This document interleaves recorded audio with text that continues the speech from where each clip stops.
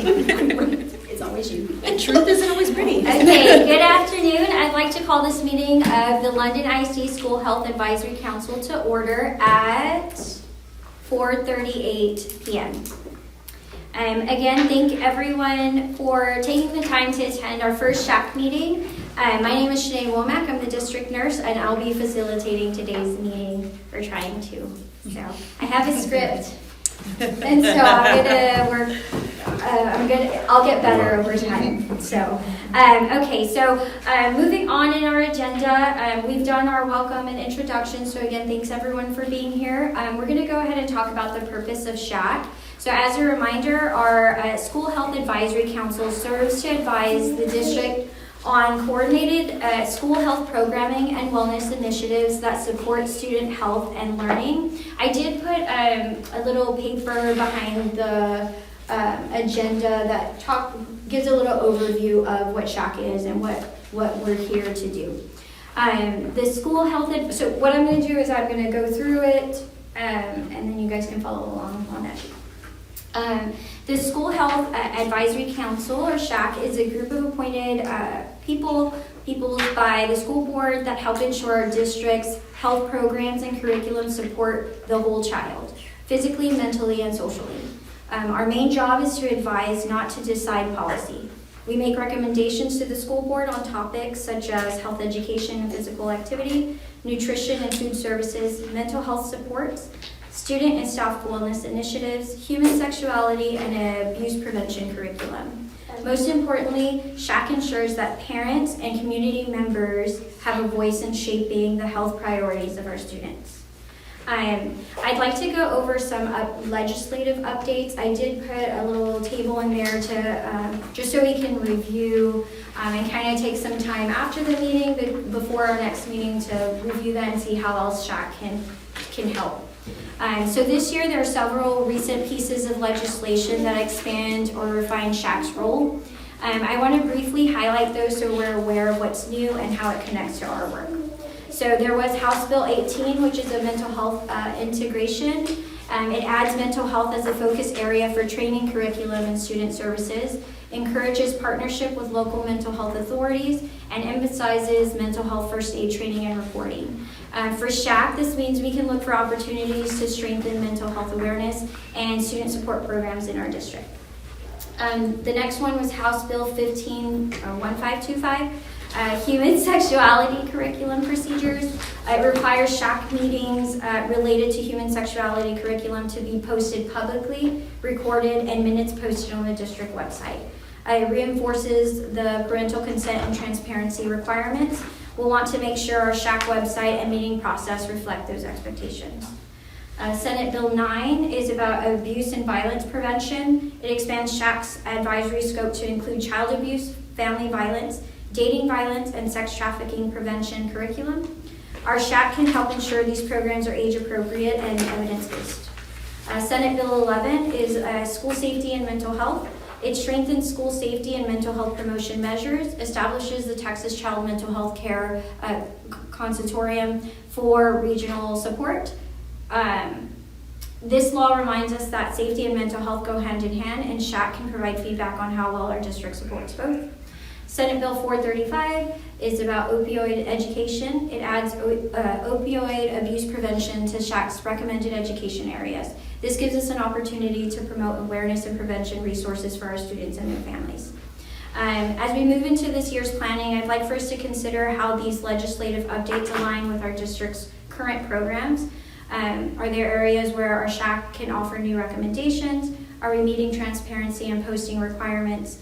Do we have gaps in mental health abuse prevention or opioid education? So again, this is the form that I attached were just things that we can reflect on. There's a lot of new legislation, and so we need just to look at it, and we're a lot of new people here, so it's kind of hard to just come to our first meeting and have all these suggestions. But so if everyone could just review that before our next meeting, and in between we can kind of discuss anything we'd like to point out or improve. So again, you've all received, okay, so that's it. Does anybody have any questions on that? Just purpose of SHAC. new legislations. Because we can move on. So the next page behind that little booklet or page, I have last meeting's minutes. And so so if everyone's received the new minutes or the last minutes, are there any corrections or additions? So if you guys could just review that. Most of us are not here. But some people were here at that last meeting. And so if you could just quickly review that. It's a short little minutes.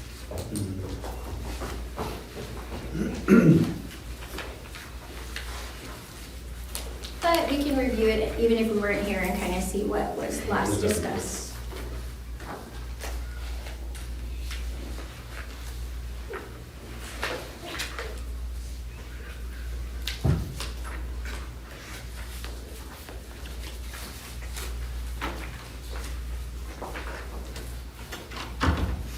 Because last year was a pretty busy year. Then we ended up doing the wellness plan, the triennial assessment. That was a big piece of what the committee or this group ended up taking on last year. We won't have to do that for another 3 years, which last year we were really working to make sure we got it all complete by the deadline. And we were able to meet that. And there are some things in that plan. If you end up going to the webpage, the SHAC website, it'll end up having the triennial assessment. Will have that information on there. It'll show you the wellness plan that we currently have adopted for this school year, and that was what the committee here ended up working on to try to make sure we had in place. And then we'll end up working on that. We'll be talking about the wellness plan again, soon. That kind of talks a little bit about what we did on the minutes, and I just. That way you guys that have not been here just kind of knew a little bit of the background as far as what we've been working on. Does anyone have any corrections or additions to the last meeting's minutes? Okay, do I have a motion to approve? I motion to approve the minutes. Okay, is anyone to second that motion? All the times to motion.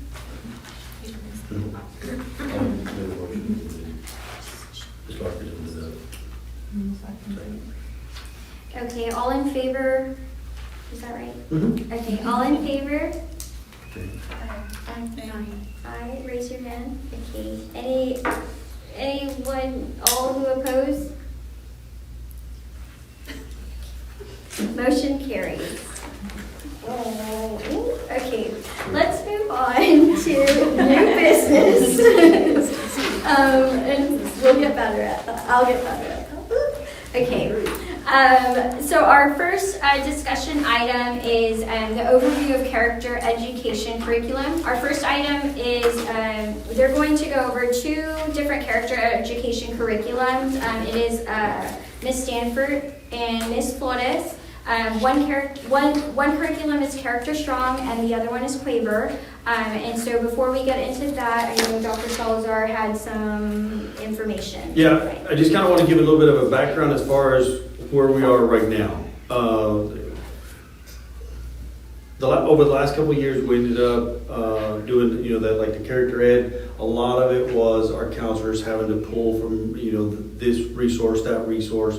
And then last year, we ended up looking at a company, and it was called Satchel Pulse. Do you guys remember that? The one that we ended up looking at? And it was really geared towards the lower grades.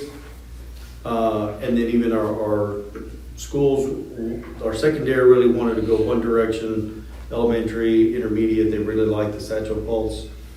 But as we went through the year, we felt like we needed to have something a little bit more uniform, to be able to bring back to this group here. One of the things that ended up, that we started looking at is with this new Senate Bill 12 that also was something that it was a driver when we ended up having to, as far as the counseling, and do we opt in, do we opt out, all those types of things. And a lot of it had to do with what counseling is going to be provided to my kids, or what kinds of information they can get inside the classroom from the counselor. So what we ended up doing is saying, you know what, let's see if we can start looking at this again, and see if we can get a committee to be able to look at everything and be able to come up with a decision again that takes into account all that information. So anyway, go ahead. Okay, thank you. So Ms. Stanford and Ms. Flores will be presenting the two different curriculums, so you have the floor. And before I can go ahead and talk about the TEA mandates, I just put what TEA has on their website for like the mental health best practices and programs. They also list out some resources from TEA's website. So we all got together, we looked at this, we looked at I think 4 or 5 different curriculum options, and they narrowed all the counselors, pre-K through 12. And there were several different ones that they were able to sample and demo and look at, and they narrowed it down to 2, which was Quaver Ready, which is pre-K through 8, and also Character Strong, which is pre-K through 12. So we got demo access to that. We had the sales rep talking us through all of the components. We looked at the research, and we completed the curriculum kind of rubric for each one. But we just wanted to present to you guys a little bit about both, and then we'll talk about what the counselors recommend based on the rubrics, and actually trying these lessons with the students to kind of get a feel of how they would be able to use that with the kiddos. So, Lucy, did you want to start with Quaver? I will. Okay. So I'm going to go ahead and provide a few things that I went, as we dug in, we were looking for certain things like how is there a connection to the community? Are there newsletters? What do the lessons look like? Are they engaging? So let me pass this out. So a lot of it, I'm just going to read it. Okay. I'm going to read it and give it to you so you can see and follow along. I don't have access. You do have that. Okay. So it does. I have used it. It comes with 36 lessons, and each lesson there are 6 character traits that we focus throughout the year. I think it's on that first page. It's working through challenges, being a part of a team. Do y'all need one? Because I know I need to have it. Sure. There you go. Thank you. Oh, I have one. There you go. I even put the scope and sequence, I believe, for first grade, so you can see how it's broken down into the 36 lessons. And then within those 36 lessons, there are 6 core characteristics that we're working throughout, character traits that we're working out throughout the year. Just like with every program, there's something you're going to like, and then there's something you don't like. So the one thing that I did like about Quaver was that it has very colorful images. It has embedded videos. Do you have it? I was just pulling up like a video so they can kind of see how colorful and interactive it is.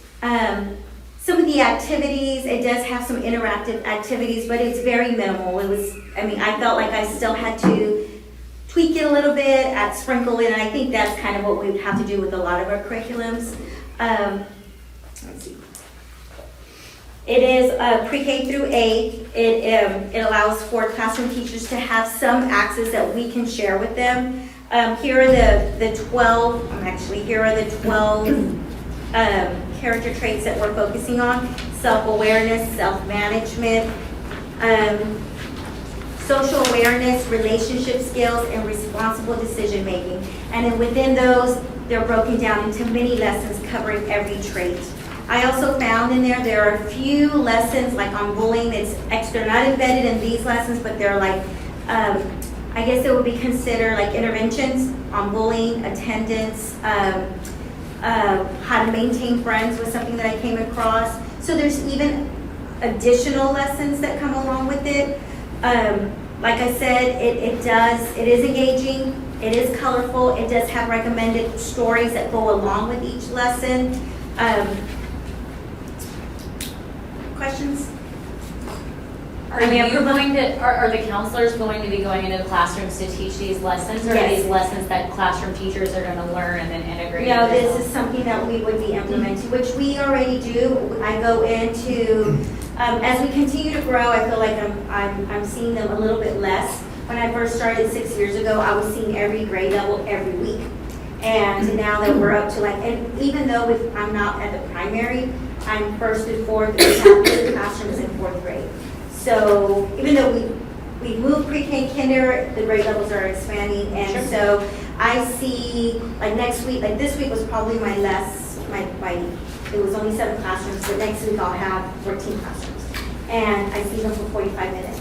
So this is where I do my guidance. And like, because of the House bill, I was very hesitant. I have to watch what I say. I have to watch where I pull from. So this is gonna make us feel so much better that we actually have a curriculum and that it's been approved. And I know that Quaver's been used in other districts, just like Character Strong. So I feel comfortable with either one, that, whatever we choose.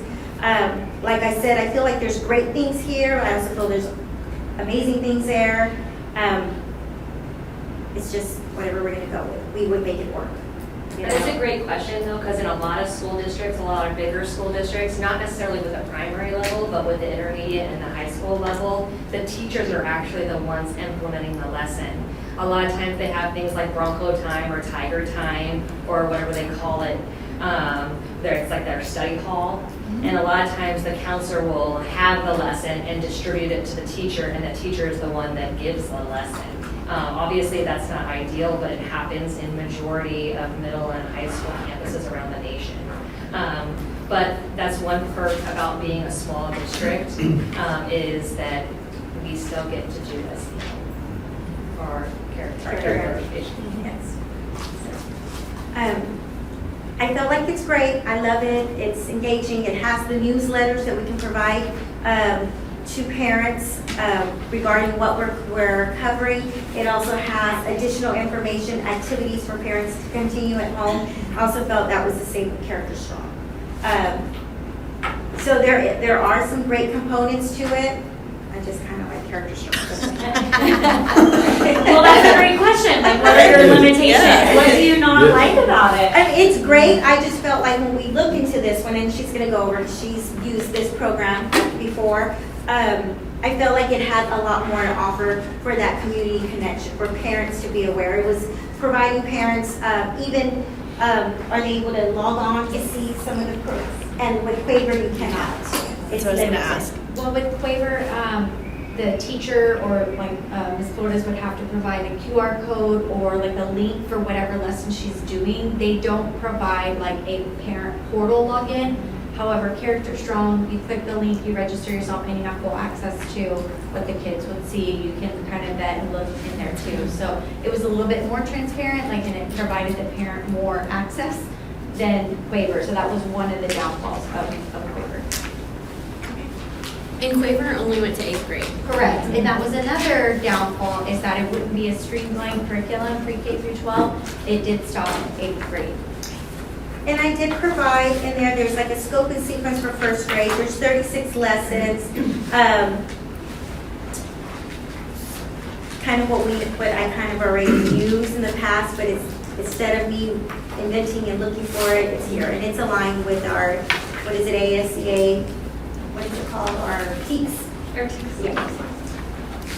Another thing to end up looking at is, I know that it's going to be very important, is like the core competencies, right? Because what exactly is it we're going to be working with the kids on, right? So then we had a meeting yesterday, and we were focused on being able to determine what is it that, what lessons are going to end up looking like, what are we going to be teaching our kids, and what are we going to be putting in front of the kids as far as, and so like here, it's self-awareness, self-management, what is that? Social awareness, relationship skills. Like relationship skills, like what does that mean? How to maintain friends, it kind of goes back to being kind. What does kindness look like? What words are you going to use with your friends? What does it look like which one are you looking at? Yeah, just the relationship. It's all skills. about friendships, how to maintain friendships. That's as far the extent of it. Mm-hmm. And of course, as your kids get older, 4th and 5th, that's when we start to see more of where that is needed. And both programs were aligned to what TEA recommends of those core competencies, which is CASTLE framework, which are those 5 competencies. So we were trying to really narrow in on what TEA is recommending and making sure that we're compliant with all of the new House bills, all of the legislation. So that's why we decided on these 2, in case you were curious. And the lesson lends itself to about 30-35 minutes, which, I mean, I'm with them for 45 minutes, so it does work. And you were in charge of like, they're not each on their own individual screen. No, doing things. I'm able to project it, I'm able to, there's some, and, you know, the kids can come up and it's interactive, although I just kind of have, you know, we do it as a whole group. I like the little videos, it talks about, it'll define, like today we talked about gratitude, and it'll define what does gratitude mean. And then a question will pop up, okay, let's think about two people that you can appreciate and why. You know, it keeps it that basic. There is a really popular character education program that's out there that I used at a previous district in Central Texas, where the student actually uses their computer to do the lesson. So every student needs their computer open to do the lesson with the counselor. And unfortunately, I didn't really like that program because I couldn't edit the lesson. And unfortunately, the people who created that character education program were thinking that not every counselor gets an hour. Sometimes you get 20 minutes, sometimes you get 30 minutes, sometimes you get 45 minutes. And then also, depending on what kind of kids you're working with, you have to tweak it to fit your audience. And so, and then not every school is a one-to-one campus. And so like at my campus, we're not a one-to-one campus. And so that wouldn't necessarily be feasible for our situation. But can we have a presenter strong so we can see it? So everyone has a folder. So if you can take your folder and I'll just walk you through the pages. They're all in the same order. So we'll just go one page at a time. But if you could just maybe open up, go to like tier 1 and just. I only have the sample. We lost our full access because our trial was over. Okay.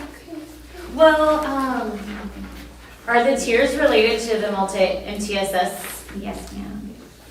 But right now, all we're looking at is tier Hard. 1. Yes, Yeah. that's what I said. Right now, all we're looking at is tier 1 for right now. Yes. Oh, so you wouldn't get access to tier 2? Not tier 2, tier 3 yet. Right now, one of the things that we're doing is we're trying to make sure that we're able to grow with it and then not purchase something where we're not going to be able to utilize it. And so we want to be able to grow it, and then as we grow, be able to add, you know, as. That's so great that that's an option now. So I see, like, you're like, what is that? Do you want to answer what MTSS is and why that's so cool? Or can I do it? Go ahead. Go ahead. So the multi-tiered systems of support is the level of support that students need in the classroom. So like every kid gets tier 1. That is the education that every student should receive. Tier 2 is like, let's say a student is struggling a little bit in math and they don't do well in big groups, so they get small group instruction, and that's I don't know how this is how your district does it, but this is how we did it in Washington, and they would get a little bit more support. Maybe they get pulled from class 2 or 3 times a week to help bring them up in that category. Tier 3 is kids that need special education, like a really specialized level of education that's very individualized. As a special educator, this is really cool because the special ed kids often, there's not curriculum and you're making the curriculum, teachers are making it for you. I mean, like you're paying hundreds of dollars on TPT because your curriculum is not adapted for kids who aren't quote unquote normal. So it's really exciting as a special educator to see that there's different layers. Sorry, I got really excited. Because I felt like in my previous district when there were curriculum that was not for all of my kids. Like I had a kid, like you would have kids in 5th grade that was reading at a 2nd grade level, so they can't be expected to understand the curriculum that you're teaching them the 5th grade curriculum, but they're getting exposed to it, so they're not really learning it. And the assignments, they're like, for kids who can't write, the assignment is a paragraph essay and they can't write a sentence, so they're not able to participate in the activities. So I'm hopeful that this curriculum has the different tiers and that the activities they're doing is geared towards the tiers to allow the students to participate fully, which is really exciting. Sorry. But you have to purchase each individual tier? Yes, It's yes. a little bit more. Yeah, because. But the opportunity is great. Yes, Yes. yeah.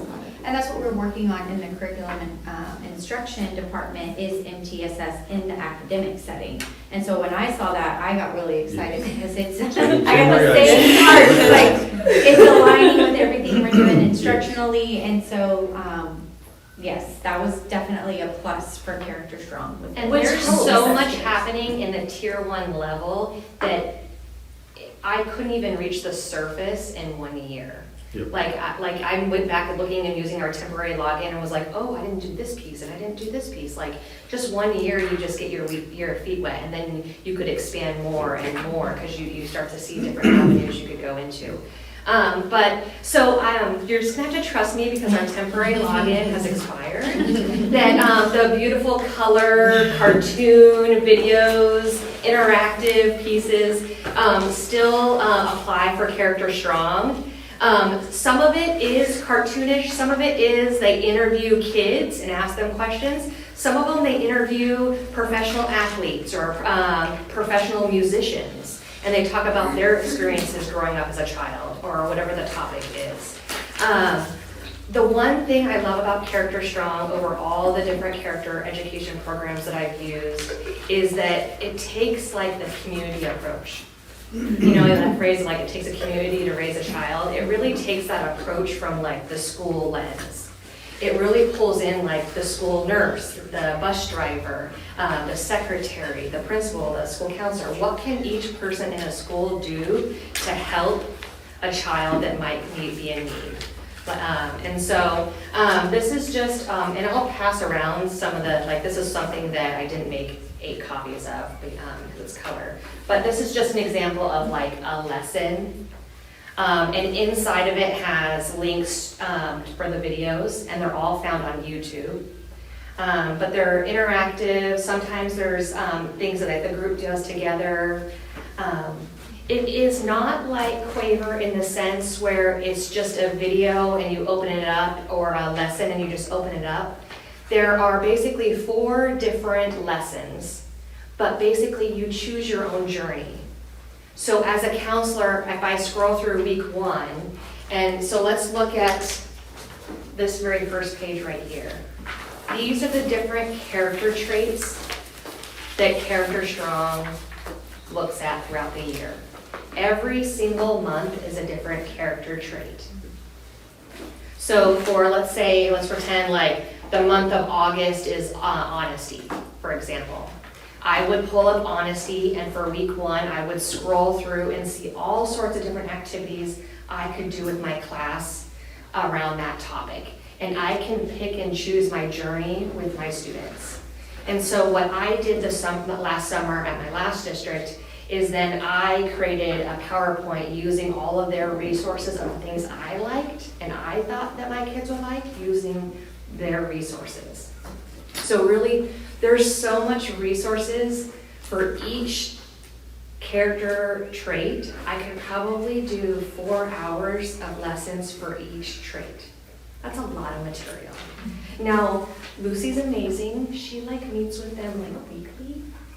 Like every 2 weeks. Every 2 weeks. I did once a month. and that's a lot when you're running 504s and you're doing GT and you're doing all the other programs that they assign you as a counselor these days. So what I love about Character Strong for Lucy is that she's going to have endless amounts of resources. She's not, like she said in her presentation, with Quaver, she still had to pull. As a counselor, that's a lot to ask when you're already being asked to be program coordinators of other programs like 504 and GT and SPED referrals and things like that. This will make her job easier. So these are the different character traits throughout the year.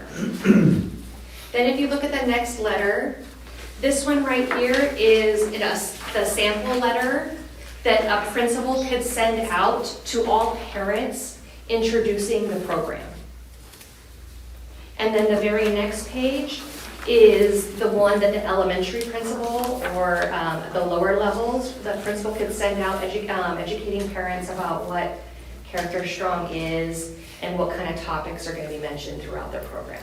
I think this is great because when we were doing the whole SB 12 and sending out the consent forms, I did have lots of parents tell me they opted out of counseling because they didn't know what they were going to be learning. Mm-hmm. And so this can maybe, and some parents were like, on a personal level, I'm like, well, it's the normal curriculum that they've always been getting. It was just, we just need written consent, you know? And I think there is a lot of times the fear of the unknown. Yes. And that letter that was sent out to parents was written by a lawyer. And it was very intimidating just for me as a school counselor looking at that. Like, you know what I mean? And Yes, so, I had some parents who were like, well, I can teach them that at home. I'm going to teach them that at home. I'm like, well, yes, but no. but if your child is crying because they had a friend conflict, do you want a school counselor to help them be able to stop crying and be able to go back to math class? You know what I mean? Yes, and so this is helpful for parents to get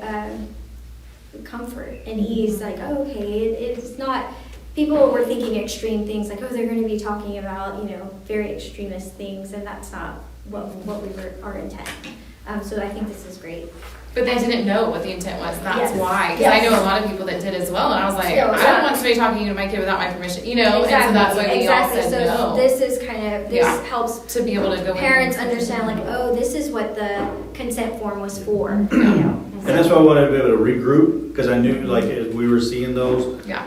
and why parents were saying, no, I don't want to end up having my kid get the counseling services, whatnot. We're like, okay, we've got to be able to regroup and look at this and be able to push some things out to where they understand what our parameters are in regards to what we're going to be teaching the kids and what we're not going to be teaching the kids. And that's why I wanted you guys to focus in on those core competencies as far as this is what we're going to focus on, and this is the only thing that we're going to be focusing on are those things there. And in visiting with both of the companies, those are some of the questions and comments that I ended up having for them. So look,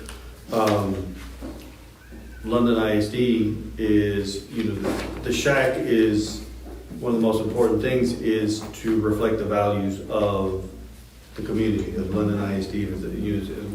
For those of you that knew, we ended up talking about that, saying, okay, the values of the community, that type of thing. But, and so then as we went through this, ensuring that it was the core competencies is what we covered.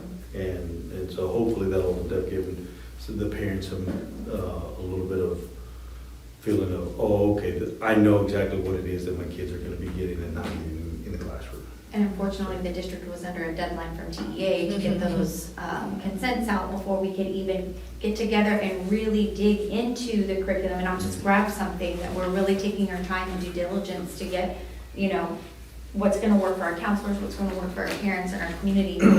So that's why the consents went out before we were able to get this. So does this help?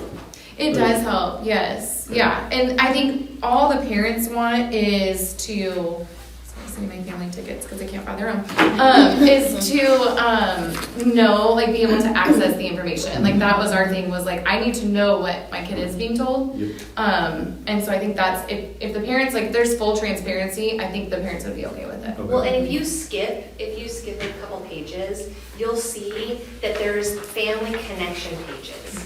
So every single month, I would send a family newsletter page. It's a one-pager, and I would send it to my principal, and she would attach it to her parent newsletter. But then also there was these family connection pages that I would send to the teachers, and they're specialized for each grade level, and they have different activities or family conversations you can have with your child regarding that character trait. And it's grade specific. And so a lot of times teachers these days have easy way to like text or email with families. And so I would send like a folder with all of those to the teachers so that they could send those to the parent as well. So as the year goes on, they're going to be getting information in different avenues and in different ways, fun, interactive ways, where things are saying character strong. And there are activities where it's creating conversations. So it's no longer this mysterious character education. It's like, oh, that's something that we talk about at the dinner table, you know? But we have morning announcements about every character trait. A lot of times people are asked, like, well, is it something that the teacher can be a part of? So there's different classroom activities, but this is like an example of recess activities. So at GP, the teacher is the one that takes the child out to do recess at the elementary level. And this is just an example of a game that is around the character trait. And then there is a state mandate for school counselors to lead some type of bully prevention lesson to all students every year.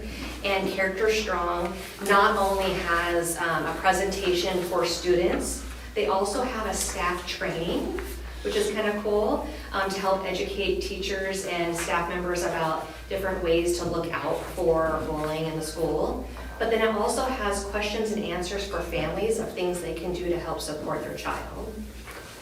And then at the very end, you will see like the scope and sequence for the upper grade levels. Okay. Now there is a big difference between what we just talked about, which is all elementary. There is a big difference in what Character Strong looks like for elementary as opposed to middle school and high school. But I have tried the middle school lessons out, and they are pretty good. The only thing that I like to do is I feel like I have to tweak a little bit of it in the sense of making it pretty.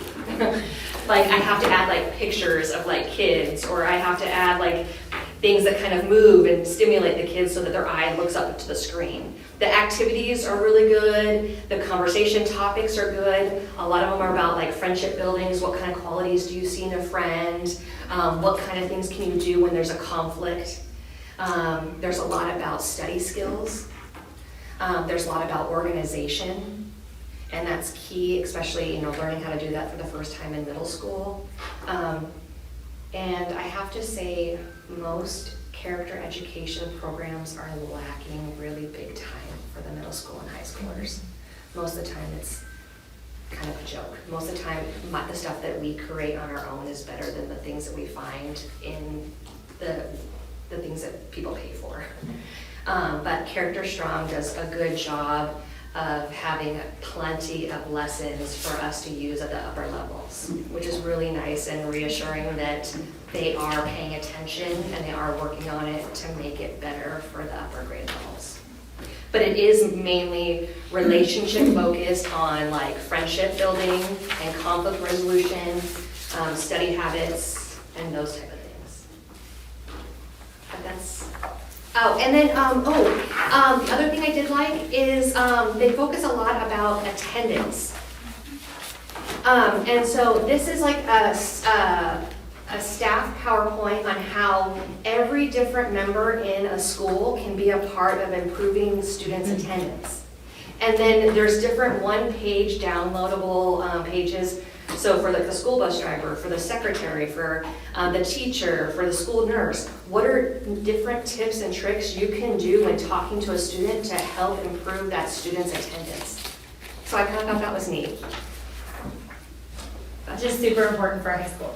Yeah. Very, I very like the important. study skill. I think that's where we've been lacking in organizational skills. That's huge. I like that more than the mental health part for that age. I think that's really good. And we had our high school counselor vet and look at it as well, and she was really impressed with the topics, and she says it aligned with the needs of the high school students.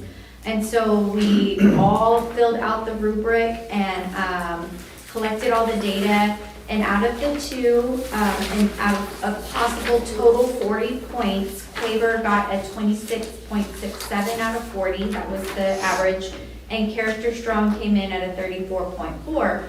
out of a possible 40 of the counselor recommendations.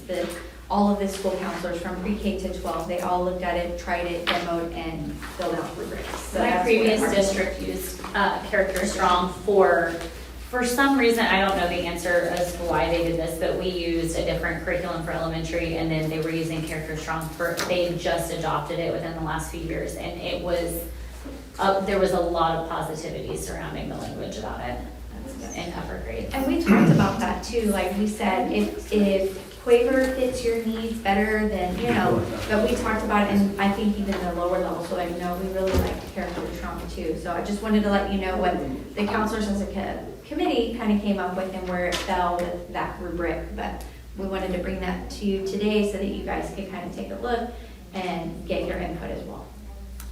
So we have two options. Before I let you know the options. Are there any questions or further comments on either one of those curriculum? Okay.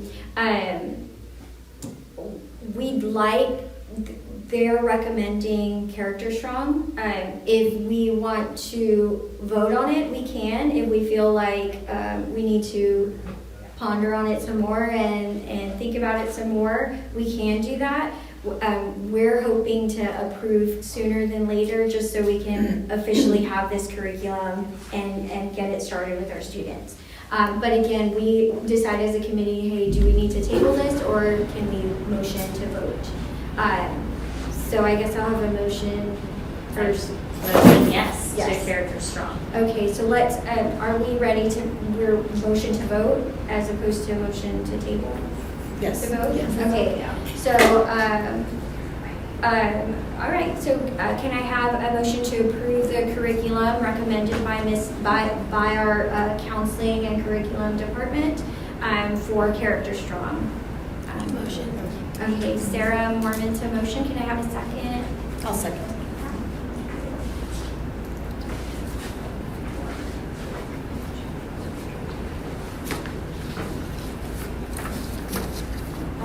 All in favor for Character Strong, or to approve Character Strong as a curriculum? All those who oppose? Okay, so motion carries. Voting. Yeah. I love it. Motion carries to adopt Thank you, Character Strong. These made our counselors very happy. Now they're not having to pick full and So very very good. good. Our kids aren't working anymore, When would they start implementing? So we would take it to the board on Monday for Okay. approval, and if the board approves, then we can go ahead and purchase, and then do some training for everybody, and then, start. Once it's fully implemented, then will you send something back out to the parents and say, hey, here's what we're doing, do you want to change, your, Yes. whatever it is, yeah.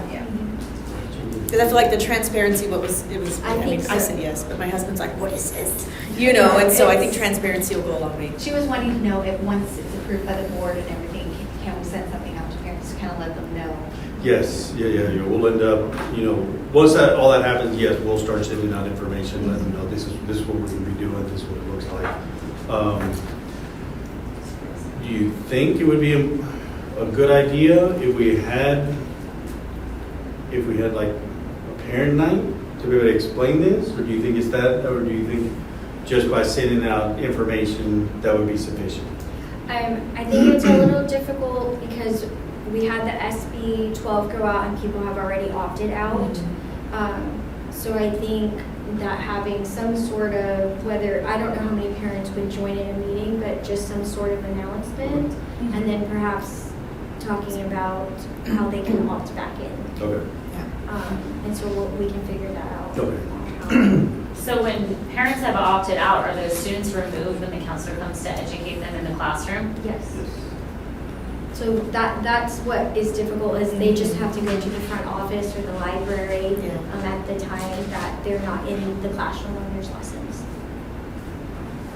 And that's why we want to be able to put something out to work, or have curriculum that everybody can end up feeling comfortable with having their kid in there. Because there are good things that we end up being able to teach our kids. And this gives a parent just a better knowledge on, this is what this is referring to. They're staying in the classroom for a lesson, not we're pulling you individually, talking about, And this one does have the opportunity for them to go online and be able to see as a parent login.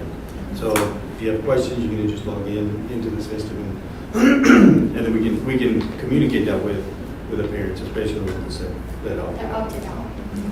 Okay. All right, we're gonna go ahead and move along in our agenda. The next item is an overview of required fentanyl education required by House Bill 3908, and it's a TA requirement. So I'll review the proposed fentanyl awareness training for grades 6 through 12, again as required under House Bill 3908. So again, this is just required. I provided, if you look, I provided the curriculum. The curriculum is from the DEA. They created it. TEA has approved it. So if you can go to TEA website, they have like a section on fentanyl training, fentanyl curriculum. So this is directly from there. So I would provide the training or the curriculum to the students. And so we just have to provide at least one presentation. Again, this is my first year here. This is the first time it was presented to us. It's a new bill. And so it could evolve over the years. But for now, what it looks like is I'll go in during PE and athletic periods. We're going to do it, so it'll be 6th through 8th one day, and then high school another day. But whoever is in athletics first period, PE first period, we're going to pull them all together. The coaches will help me. I'll go through the lesson. I have the copy of the lesson there. It's just like the card deck that I'll go through. I don't have it here, but you guys have it. And so you guys can look over that. It's just, this is the card deck that I would go through with the students, and then we have open discussion, just getting them to be aware of how fentanyl can kill, and making them knowledgeable of, even though we're getting it from maybe a friend that we know, a pill that, from someone we trust, it could be laced with fentanyl. And so again, it's just to bring awareness. There's been an increase of deaths related to fentanyl, and so it's become a required educational piece. So I'm just going to go over it. This legislation was passed in response to the growing number of accidental fentanyl poisonings among teenagers. The intent is to make sure that all students understand the extreme danger of even a single pill that is counterfeit or contaminated with fentanyl. House Bill 3908 requires every district to provide age-appropriate fentanyl and opioid awareness education at least once per year, beginning in the middle school. TA partnered with Drug Enforcement Administration, DEA, to create and recommend the curriculum we'll be using called One Pill Can Kill. The goal is prevention through education, helping students understand that one fake pill, even if it looks like a prescription drug, can contain a deadly dose of fentanyl. The DEA's One Pill Can Kill curriculum is short, it's evidence-based, and designed for school use. It includes a brief video presentation with real stories in DEA context, a slide-based lesson that explains how counterfeit pills are made to look legitimate, discussion prompts that help students recognize how easily these drugs can circulate through social media or peer groups, and clear prevention messages, how to respond, how to get help, and how to support friends who might be at risk. The curriculum is free, age-appropriate, and aligns with TA requirements. At London ISD, we'll be presenting this training again during PE and athletic periods, where all students are grouped by grade level. Eventually, I think once coaches are comfortable with providing the curriculum, then they'd be doing it during the PE period at least once a year. But for now, I'll provide the training, and they'll just help me with crowd control. So students will attend a combined presentation, and it's kind of just like assembly style. For 6th to 8th grade, I'm going to do it in the cafeteria. And then for the high school, we're still kind of working that out to decide where the best place is for them. But I'm working with the AD and the coaches, and they want me to present after Thanksgiving is when they're asking to do it, so it's sometime in December. Just like any other sensitive topics that we talk about throughout the school year, whether it's from the counselors, Parents are notified before the presentation takes place, so the communication will include a brief explanation of the program, its purpose, and the curriculum linked for transparency. Families who wish to opt out may do so through the same process, so it'll go through Parent Square. There's no opt-in. I don't need anyone to opt in, but if you opt out, then we'll have your child just go to the front office of the library at the time of the lesson. So that's about it. Since this is a part of our district's overall health education and safety plan, SHAC's role is to review and provide input on the curriculum and its implementation. We want to ensure it's effective, age appropriate, and aligned with our district's broader health education goals. So that's why I included just the card deck. I didn't create anything again. It was the DEA that created it. TA has approved this curriculum, and this is the one that they pushed out to us to provide for our students. Fentanyl awareness is truly about saving lives. Even one conversation or lesson could prevent a tragedy. So I'm confident in this curriculum. It gives us a clear, age-appropriate way to reach our students and make a real impact. So I'd like to open up for any questions or feedback from our SHAC members about this presentation or how we're presenting it to the students. So do you guys think it's okay to do kind of like where I'm going in during PE athletics and just combining them together, whoever has first period, second, third, fourth, sixth, seventh, eighth? How many students is that? So I have, it's about 100 students per lesson. I haven't gotten the numbers for the high school yet, but I imagine it's the same. And so that's what they told me, it would be about 100 per lesson.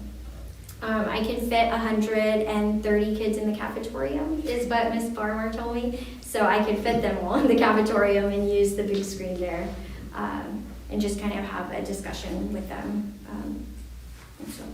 I mean, in having college kids, like, I just feel like this is so important. And so I would hate for you to put like 100 or 150 kids in a room just to check a box. Like, I tell my kids, if I've said it once, I've said it 10 times. You only take pills that you have been given from your dad or myself. Like, do not take anything that your friends give you. Yes. And so I would just hate for this to be like put out there in a big auditorium and they're not paying attention, because I think that this is like so important. It is. So the difficulty is I'm just one person, and I also serve the middle school, high school as the nurse. So that's just where we're at. That's why we started this way.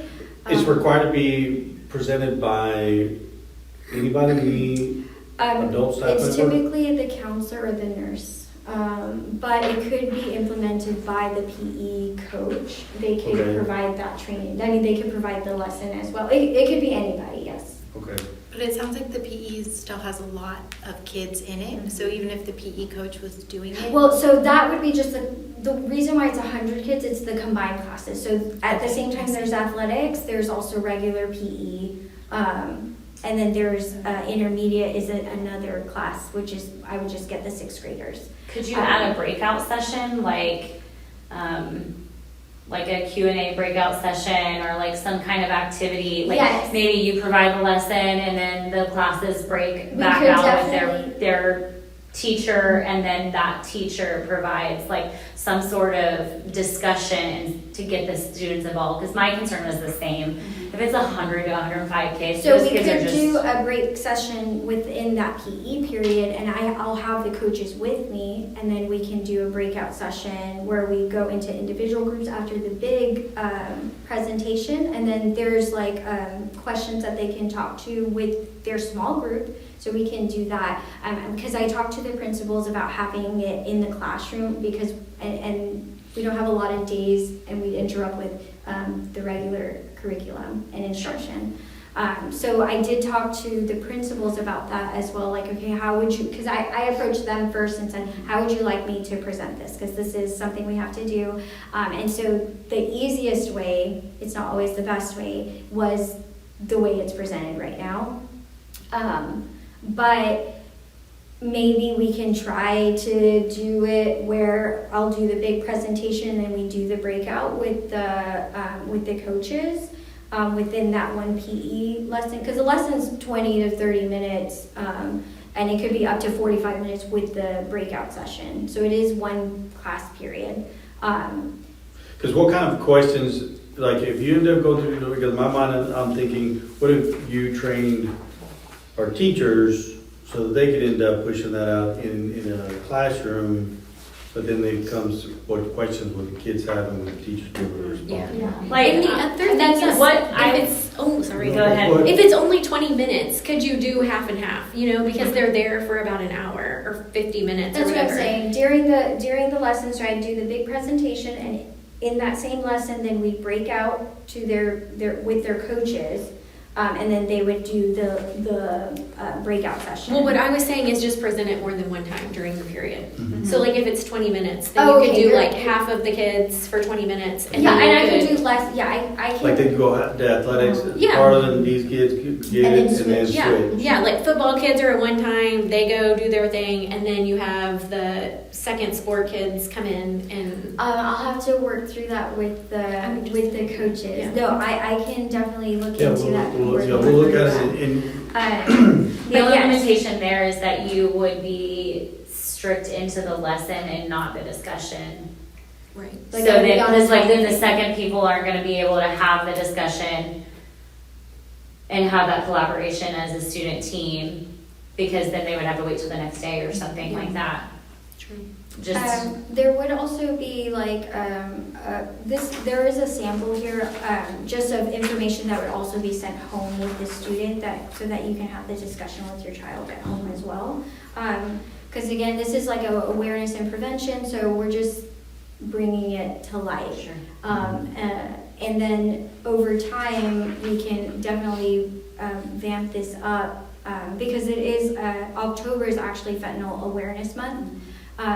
But we hadn't had this lesson yet anyway. So, but in the future, we could definitely like really emphasize that, and then the students are becoming more aware of the danger of fentanyl. And so I'll go back and talk to the coaches as far as coming up with a better solution, so we maybe have a smaller population. I can do it. I just need to get a sub to sub we'll for look me. up, And we have one. I only have one nurse sub, so that's where the logistics of covering. That's where it gets a little difficult. It couldn't come from like their homeroom teachers, it has to come from a nurse or counselor. Typically, they don't provide these lessons, no. So it could be a counselor or the nurse is really where these lessons typically who delivers them. They're just the most knowledgeable in this area. And that's what I was thinking, if the kids do have questions, Mhm. I mean, I think that you would be the best one to answer those. Some of the teachers may not know how to answer some of And those yeah, and they may questions. not even know how important Mhm. this awareness is, But so I'll talk to the coaches more and come up with a better solution that, because we want this, like you said, we want it to be, we don't want it just to, the kids, if they're all together, I've seen them.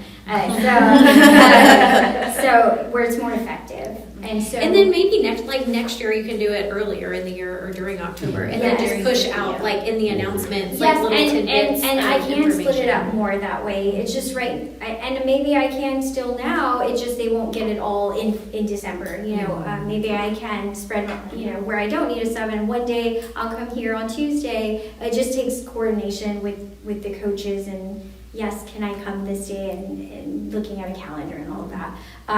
And so I can do that even now. I just have to plan it out. And so that might take some time, but are you guys okay with this curriculum? And then the logistics of how to deliver it will just be worked out with the coaches. But it's important to know, this is important, and then you guys don't want the big group, and so I'll work on making it a smaller setting, and I think that's a great point. And they can help you with that. We can end up talking to the coaches and see where. Yeah, because then I can just do one class at a time, and go different days, and then just do one class. Yep. And so that's just the 20-some kids in the class. and then I could do that that way. Put you on a road show. Yeah, yeah, just do that. Well, yeah, and even if you can get 2 days where you do a lesson and then maybe you do a breakout the next day, or, you know, maybe it doesn't have to be all in one, like, session. And over time, like more, so, so I'm the only RN also for the district, so, because we're a small district, so it's a little, the other nurses I have are LVNs, and so they're not typically the ones who provide training like this either. So it really is one person right now. But if I can spread it out over more days, then I can do that smaller, more intimate setting where it's more effective, and that's okay. Do you have a deadline when you have to do it? No, it's just once a year. So I just have to do this once a year. So what we're hearing is better to do it smaller groups, extended over time, rather than just trying to get it all done. Also, just to get it done. Especially for the older kids. Yeah, for the high school kids, that's who I mostly, because they're the ones that are out on their own, they're doing their own thing. And there it might be a little easier too, because maybe a teacher, I can set up with a teacher instead of PE, and then go into that teacher's classroom and provide the lesson. And so that might work out. I can do that with middle school also. Yeah. I guess some ideas that we can talk about. Okay, but are you guys okay with this card deck and curriculum that the DEA put together? Yes. Okay. So in saying that, I lost my script. You went off script a second ago. You're doing a great job. You are. I'm gonna throw up after this. So, may I have a motion to approve the proposed fentanyl awareness training for grades 6 to 12 as required under House Bill 3908? Yes, May I have someone to motion that? a motion. Okay, thank you. I'll second you. Thank you. All right, all in favor? Yay. Anyone opposed? No, I'm not opposed. I'm not opposed. Okay, so motion carries. Yay. All right, so now we are moving on to our discussion of other health priorities for 2025-2026. We'll have Ms. Bright will be presenting, and so you have the floor. Before she passes out these handouts, I want to explain a little bit of who makes all the decisions in the Food Service Department, and that is Texas Department of Agriculture. Mhm. Everything we do in there is from them. We do not take liberty with anything. Everything is from Texas Department of Agriculture. They govern it. What I thought I would share with you, since it's probably the most that y'all deal with, is the menu and how it's even put together. I printed you the August menu because it showed the full 4 weeks, and there is a 4-week cycle, one of the recommendations from them. There's a lot of reasons for the 4-week cycle. I won't bore y'all with that. But if you look at the next page, it shows you the meal pattern for the school lunch program. And on the back of that page, it shows you the meal pattern for the breakfast program. So there are requirements that I have to put on the tray. I do not get to create the tray for breakfast or lunch. I am told what to put on the tray, and they tell me exactly how much needs to be on the tray. So this will give you an idea of the rules that make up what goes to a meal. Everything that we purchase is purchased through a co-op, which is another requirement that I have to do. One of the things that I do get a little bit of leeway with, which isn't much, is we did, a few years back, we served just about everything I could get my hands on, legally. And so to see what the kids would want and what just was not going to be a big seller. One of the things we were really, really surprised about in the beginning when we opened up the food service department in 2005, which I was a part of, was the kids just did not want all these recipes. They wouldn't take them. We made everything from scratch. They didn't want it. So we were just a little bit surprised by that. We kept the recipes that are on here that they would eat. And so we needed them to eat. We needed them to, and so we were feeding them. What we did learn was when they came to school, they had already, from home, knew what they liked and what they wanted. And so we were catering to what they basically told us by what they came in and got. So basically the way that the menu is made up is I have to make sure that the requirements that are on here are on here. So on the next page you can see that I have to first, if you were to look at this, and I know sometimes it gets a little bit complicated, but like the meat alternatives, there's a minimum ounce required for the different age groups, and there's weekly requirements. So it's kind of a little fine line trying to balance all that. But you'll see that we have to take into account the meat alternatives. The next page, it shows you the grains and the ounces that are required. And the way that we learn, well, back to the meats and grains, they kind of go together. Like, for example, like the cheesy breadsticks that we serve. There's a child nutrition label, and it tells me what it contributes as far as meat alternatives, and grains. So then I know if it's meeting that meal pattern for the children. So there is it's called a child nutrition label. So that's how the main entree is made. If you do see, like on the menu, grams on some days or a garlic breadstick on some days, it's because maybe the entree didn't meet the full grain, and so I have to throw in that to make the grain enough for that day. Because you'll notice that grams aren't on the menu every day. The vegetables are probably the trickiest part of the job, because if you look at the next page, they have vegetable subgroups. And if you go back to the meal pattern page, you'll notice that each of these have a weekly requirement. So I have to stick those on the menu. Like a half a cup of beans has to be on the menu every week. Half a cup of dark green vegetables has to be on the menu. Red orange is the trickier one because it has to be on there 3 times a week. Starchy one and the other one. And again, we do try to put the things on the menu that the kids are going to eat, because nothing breaks my heart more to put something on there and 5 kids took it. And again, the kids know what they want from what they got from the house, from home. They came to school already knowing what they liked and what they did. In the beginning, when we opened up the program, we used to put everything on the tray. You talk about waste. That everything went in the garbage that they weren't going to eat. And we had the option to do what's called offer versus serve, let them choose.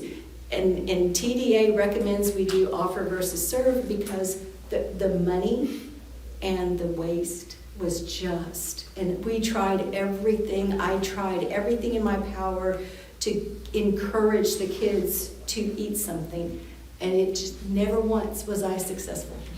And As a parent, we know. Yeah. And I raised 3 boys, and they're grown men now, and 2 of them ate everything, and 1 was the pickiest eater, and to this day, he still has not eaten a vegetable. So I understand. On the next page, I just wanted to show you that we are getting some microgreens.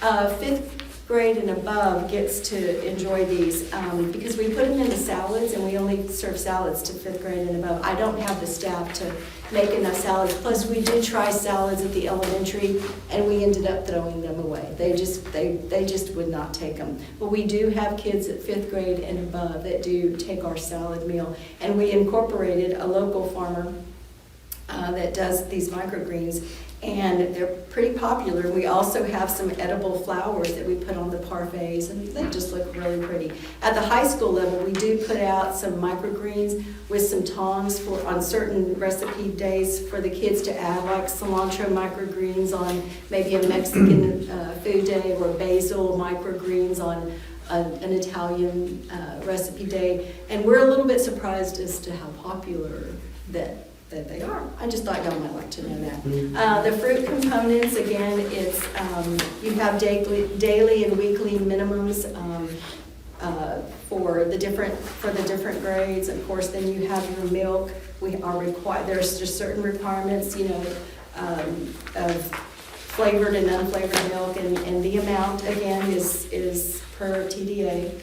That makes up the menu. That's what makes up the menu. And again, what's on the menu is dictated by the success or unsuccess that we had with probably 2 or 3 years straight of trying absolutely everything I could get my hands on. And the kids either turned their nose up at it or is a great, like one of the things that's on there is the Asian chicken. I was so surprised at the level of kids that wanted that. And then we made lasagna and they turned their nose up at it. And I'm like, okay, I just didn't get it. I didn't get it, but they're dictating what we do. But trust me, we've tried everything. They are the customers, right? They are the customers.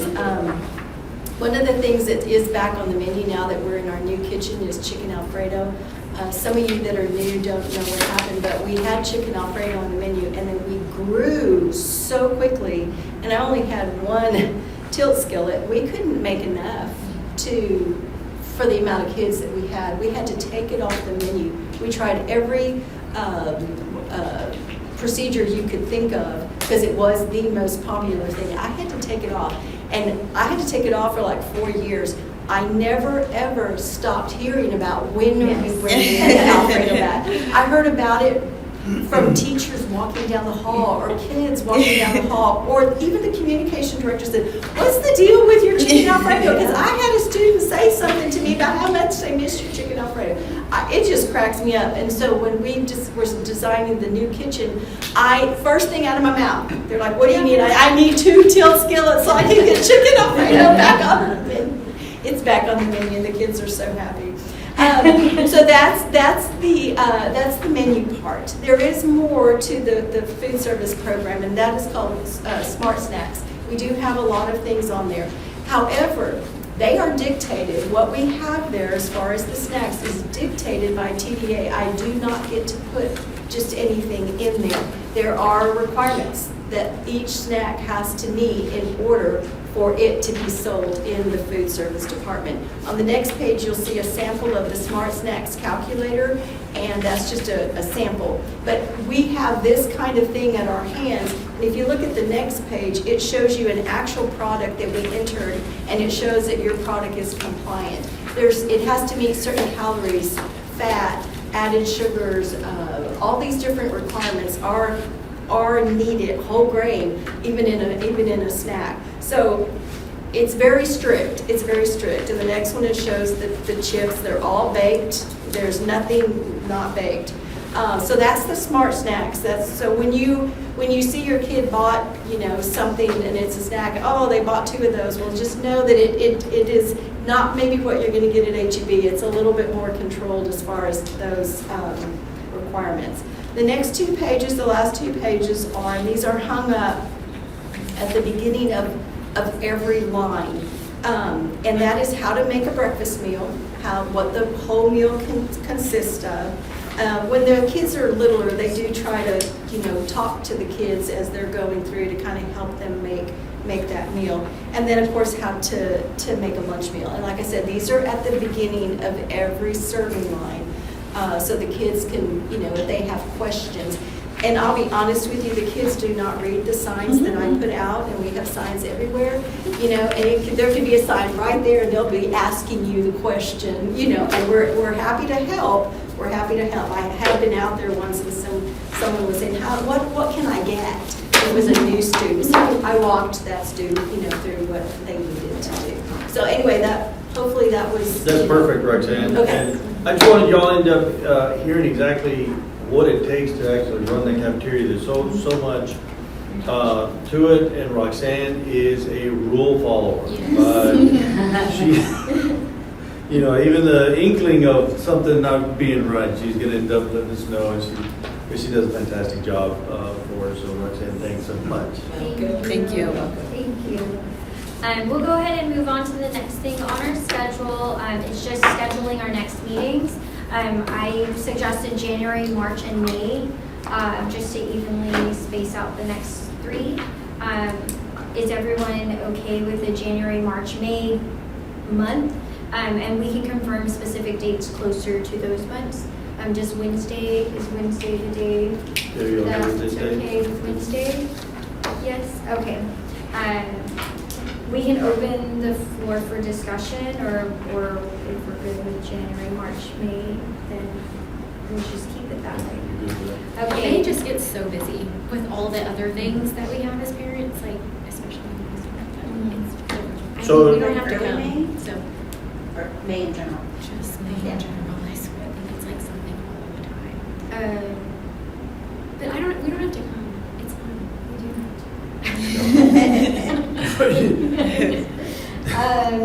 Maybe. Okay. I don't know. I think last year you met in May, but I don't know. So let's do January, March, and April. Does that work? Okay. And it is because the reason we met in May is there was a lot of things with that triennial assessment that we were having to do and redo, and we finally got it set up the way we were scoring it, and then they changed the process on us, and we had to redo a lot of things, and so it got us to May. But yes, Okay, I so think April? I think works fine. So we'll do January, March, April, and then closer to those dates, then we'll confirm the specific dates and send out invites. So may I have a motion to approve these tentative dates, months? I motion to approve the tentative dates. Thank you. Do I have someone to second? Thank you. All in favor? And then all who, or anyone opposed? No one. Thank you. Motion carries. Our next agenda item is to establish a formal public comment policy or bylaw for SHAC meetings. I just put, usually the time allotment is for each speaker to speak between 3 to 5 minutes. The total public comment period may be capped at 15 to 30 minutes if we thought that was good, like if we had people come and we can cap it at 30 minutes, but it can be extended by the chair or co-chairs.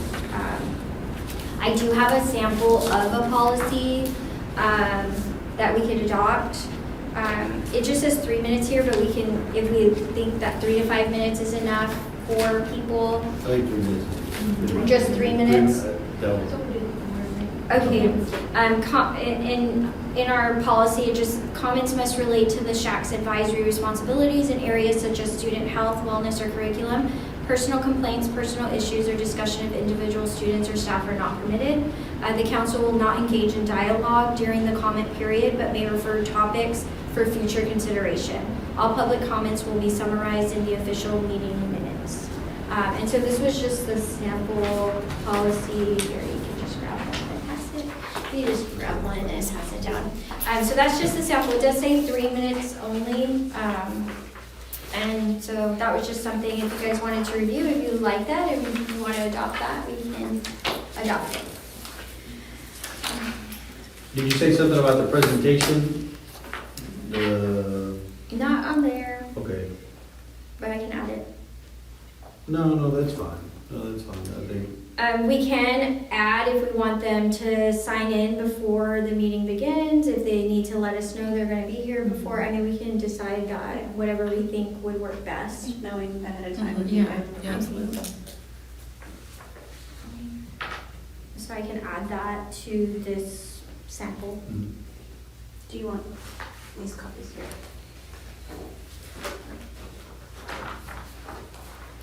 Do you want the chairperson or the SHAC facilitator to call on the speakers in order of their sign-in?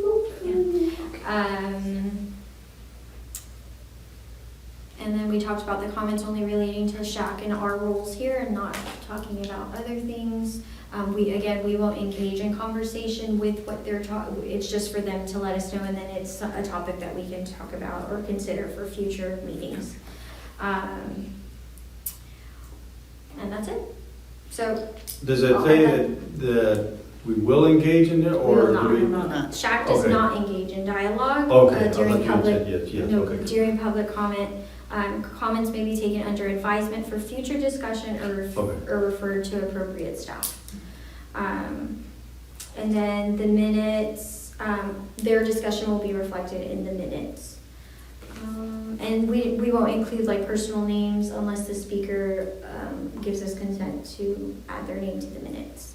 But we can just say speaker 1, speaker 2. And so I'll add the other parts to this. Yeah, she's written them down. Okay, perfect. So we'll add to that, and then if everyone is okay with that, do I have someone, what was it? A motion to approve? Oh, I'm writing in the wrong place. Okay, do I have someone to second? I'll second. Thank you. Okay, all in favor? Opposed? Okay, motion carries.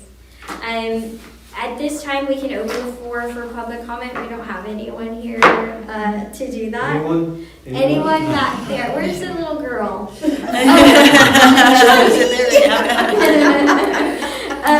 Okay, well, thank you all again for your time and for being part of this important work. SHAC's input directly influences the health and safety of our students, and your perspectives truly make a difference. So that concludes our agenda. If there's no further business, may I have a motion to adjourn? Okay, do I have someone to second that? Okay, all in favor? Aye, yay. Anyone opposed? Okay, meeting adjourned at 5:59. You did so good. Hang on, we're still recording. Yes. For the meetings, will those come via email? Yes. Is it, we hit that?